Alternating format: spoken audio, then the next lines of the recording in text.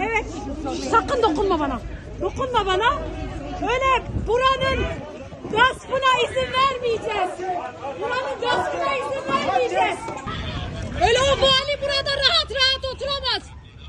Kayyumcu, gaspçı vali burada oturamaz. Bu insanlar cayır cayır yanarken odasından çıkmayan vali burada Mardin iradesini kayyum olarak kabul etmeyeceğiz.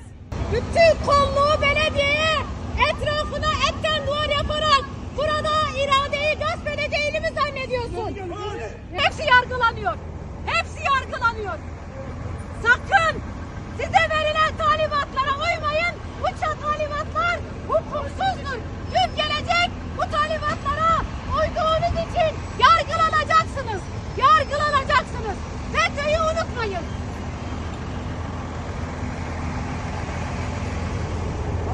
Günlerce Mardin halkı cayır cayır yanarken odasından çıkmayan vali bu halkın iradesi olamaz. İradesine gasp olarak kabul etmeyeceğiz. Herkes aklını başına devrilsin. Demokrasi isteyen bu haksızlığa ses çıkarmalı. Eğer bu ülkede demokrasi isteniyorsa bu bir gasptır. Bu bir darbedir. Bu darbeye karşı her zaman duracağız. Duracağız, duracağız.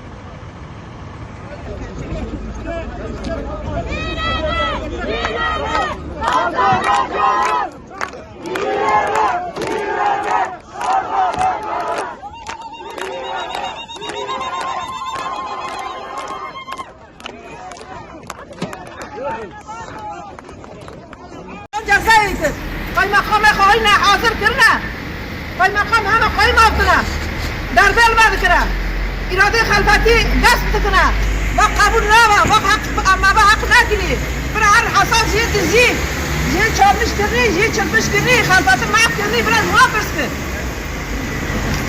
800 پارسل آراzi خلفتی فرتی مال خلفتی دست گیری دزدی گیری çalmış, çırpmış, namusunu ağlatmış. Halk halkı bunu duyun.